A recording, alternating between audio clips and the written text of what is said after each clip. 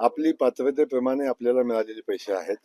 त्यामुळे राज्याच्या तिजोरीत खडखडाट नाही, आपल्या मेंदूत खडखडाट झालेला आहे. केला जातोय, पैशाचा मारा केला जातोय.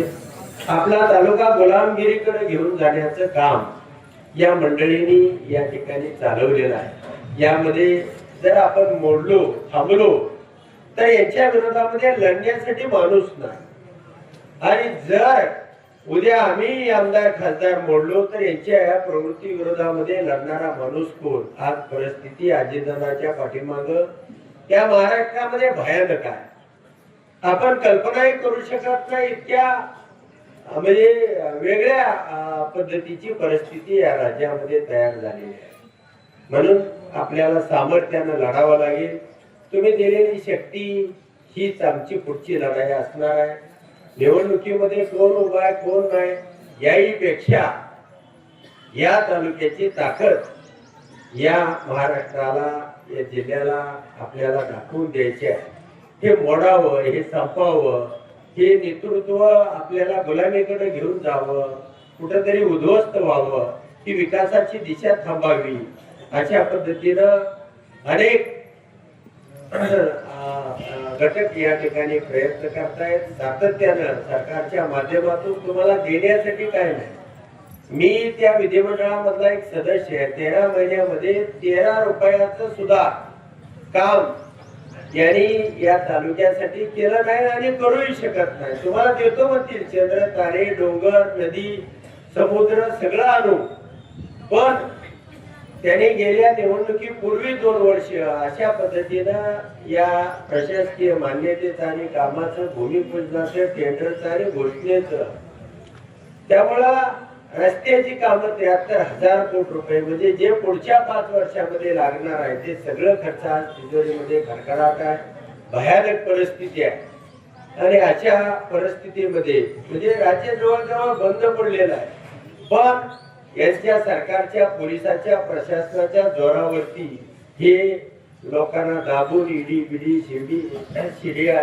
सीबीआय या सगळ्याच्या माध्यमातून दाबण्याचा प्रयत्न केला जातोय. मी सातत्यानं या संघर्षामध्ये पुढे असतो. माझ्याही पाठीमागे वेगवेगळ्या भानगडी लावण्याचा, कुठेतरी पकडण्याचा, कुठेतरी गाठण्याचा, कुठेतरी आमदारकी रद्द करण्या, अशा अनेक मार्ग हे अवलंबत आहेत की ही माणसं ही लढाव आहेत, ही थांबली पाहिजे या उद्देशानं काम करत आहेत. पण आम्ही या तुमच्या सगळ्या जनतेसाठी या पुढच्याही काळामध्ये लढत राहू. काय जे असेल ते सामर्थ्यपणानं लावू, तुमच्यासाठी निश्चितपणानं लढू. आणि या निवडणुकीच्या माध्यमातून तुम्हाला एवढंच सांगेल की आपल्या प्रत्येकानं जबाबदारी, पिशेवाडी असेल वेळापूर असेल, या गणासाठी ताकदीनं सगळ्यांनी उतरा, ताकदीनं काम करा. या निवडणुकीमधलं हे जे अंतर आहे ते त्यांना धडकी बसवणारं असलं पाहिजे. त्यांना पुन्हा असं वाटलं पाहिजे की या तालुक्याचा नाद न केलेला बरा. अशा पद्धतीनं तालुक्यामध्ये सगळे घटकाला न्याय देत असताना अजितदादा असतील, शिंदे साहेबांची सेना असेल, RPI असेल, आमची शेतकरी संघटना असेल, त्या सगळ्याला सामावून घेऊन आपण हे काम केलेलं आहे.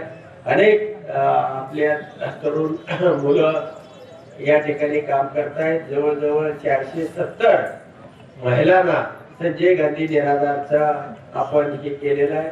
जवळजवळ 513 लोकांना त्याचे रेशन बंद होतं, त्या गोरगरीब माणसाला आपण रेशन सुरू करून दिलेलं आहे. आणि अजूनही 180 प्रकरणं मंजूर झालेले आहेत, पण आचारसंहिता लागली त्यामुळं आपण वाटू शकलो नाही.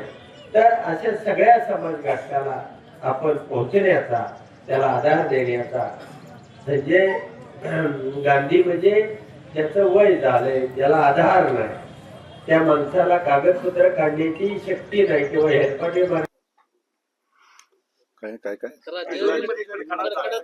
13 महिन्यात मला 13 रुपये सुद्धा मिळाले नाही विधिमंडळात. आपली पात्रतेप्रमाणे आपल्याला मिळालेले पैसे आहेत. त्यामुळे राज्याच्या तिजोरीत खडखडाट नाही, आपल्या मेंदूत खडखडाट झालेला आहे. महाराष्ट्रातील सर्व बातम्यांचे विश्वासार्ह व्यासपीठ सकाळच्या सर्व सोशल मीडिया प्लॅटफॉर्मला लाईक, फॉलो आणि सबस्क्राईब करा. तसंच सर्व नोटिफिकेशनसाठी बेल आयकॉन प्रेस करायला विसरू नका.